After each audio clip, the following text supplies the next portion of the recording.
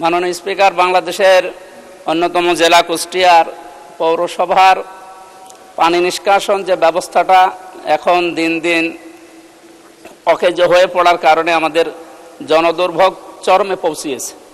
তা আমি কয়েকবার পৌরসভা কর্তৃপক্ষের সাথে, এখন তো নির্বাচিত মেয়র নেই, এই হিসাবে সরকারের পক্ষ থেকে যিনি দায়িত্বে আছেন তার সাথে এই নির্বাচিত হওয়ার পর থেকে প্রায় 3-4বার বসেছিলাম, কিন্তু ওনার যে কর্মকাণ্ড বা ওনার উদ্যোগ আমাদের সবার কাছে কেমন সন্দেহজনক মনে হচ্ছে।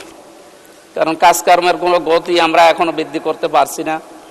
আমরা নির্বাচিত সদস্য হওয়ার পরেও তার কাছে যে সমস্ত বিষয়গুলো পাওয়ার কথা এগুলো না পাওয়ার কারণে জনমনে একটা আমাদের প্রতি ভিন্ন একটা ধারণা তৈরি হচ্ছে।